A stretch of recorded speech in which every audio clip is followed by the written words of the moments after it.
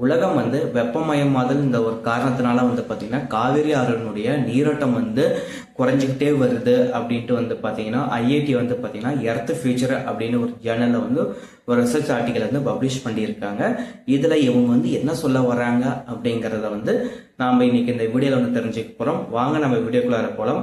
அதுக்கு முன்னாடி நீங்கள் இப்போ தான் நம்ம மிஸ்டர் பிரதாப் ஸ்டுடியோ யூடியூப் சேனலுக்கு ஃபர்ஸ்ட் டைம் வர்றீங்கன்னா ஃபாலோ பண்ணாதீங்க, ஃபாலோ பண்ணிக்கோங்க, உங்கள் ஃப்ரெண்டுங்களுக்கும் ஷேர் பண்ணுங்க. வாங்க நம்ம வீடியோக்குள்ளார போகலாம்.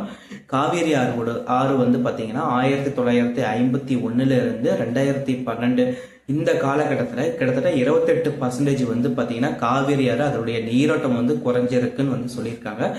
இதே சூழ்நிலை இப்போ கண்டினியூ ஆகிட்டே இருந்துச்சுன்னா 2026 இருந்து 2050 இந்த காலகட்டத்தில் பார்த்தீங்கன்னா காவிரி ஆறுனுடைய நீரோட்டம் பார்த்தீங்கன்னா 3.8% அளவுக்கு மேலும் குறைஞ்சிரும் அப்படின்னு சொல்லியிருக்காங்க.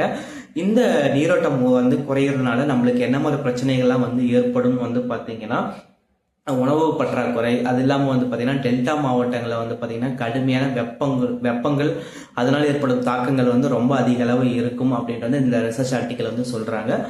இந்த காவிரி ஆறுனுடைய இந்த நீரோட்டம் குறைக்கிறதுக்கு கவர்மெண்ட் தகுந்த ஒரு நடவடிக்கை எடுக்கணும் அப்படின்னு அந்த ஆய்வறிக்கையில் சொல்லியிருக்காங்க.